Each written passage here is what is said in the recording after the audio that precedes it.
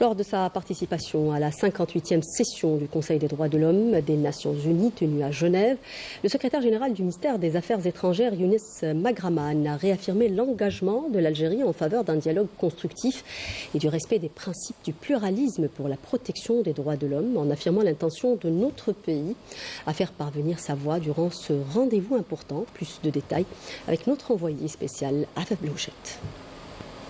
À Genève, lors de la conférence de haut niveau sur le désarmement, l'Algérie s'est exprimée avec force pour rappeler l'urgence de redynamiser les efforts internationaux en matière de désarmement nucléaire. Engagée de longue date dans la promotion de la paix et de la sécurité internationale, la diplomatie algérienne plaide pour une relance des discussions au sein des Nations Unies.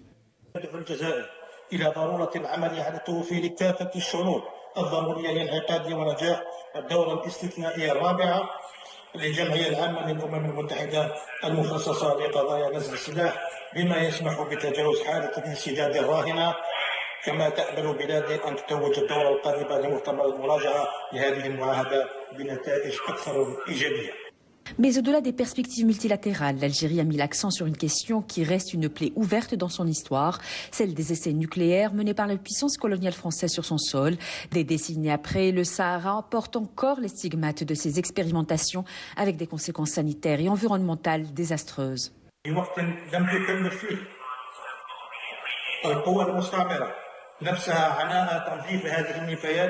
الناتجة عن هذه التجارب ناهيك عن التعتيم الذي تمارسه من خلال الامتناع عن تقديم أي معلومات دقيقة عن أماكن إجرائها أو حدود تأثيرها.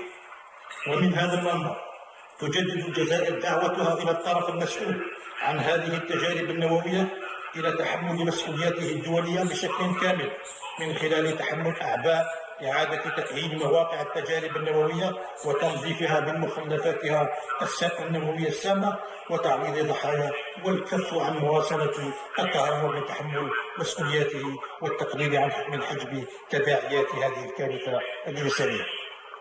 Un autre combat porté par l'Algérie, l'éradication totale des mines antipersonnelles héritées de l'occupation coloniale.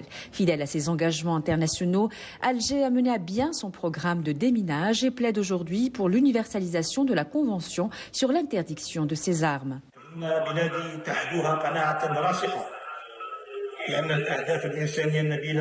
التي تضمنتها الاتفاقية لا تكتمل إلا بتحقيق عالمية هذه الاتفاقية من خلال حث الدول غير الأطراف خاصة الإفريقية منها على الانضمام إليها للتخلص من كامل المخزون العالمي لهذه الألغام التي تشكل تهديدا على حياة المدنيين والأبرياء بالدرجة الأولى.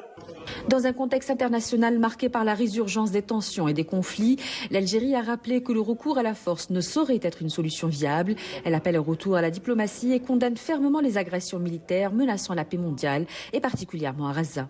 وتغليب الحلول السياسية والتفاوضية لفض النزاعات بدلا من اللجوء إلى القوة لما لها من آثار تدميرية كبيرة ولنا في واقع الحال العدوان الإسرائيلي على غزة خير الدليل على هذه الحقائق المؤسفة. Mais au-delà des enjeux liés au désarmement, l'Algérie poursuit son engagement dans les grandes instances multilatérales. Ce matin, la délégation algérienne, conduite par le secrétaire général du ministère des Affaires étrangères, Younes Magraman, a pris part à la 58e session du Conseil des droits de l'homme des Nations Unies, qui se tient à Genève jusqu'au 4 avril. Dans un contexte de tensions croissantes, cette session réunit près d'une centaine de chefs d'État et de ministres pour y examiner plus de 80 rapports sur l'état des droits humains dans le monde, mais les défis sont immenses. En marge de ces travaux, le secrétaire général des Affaires étrangères a eu plusieurs rencontres bilatérales, notamment avec Yuri Pimentel, vice-ministre vénézuélien aux Affaires africaines, et Nicolas Stojanovic, secrétaire d'État auprès du ministre des Affaires étrangères serbe.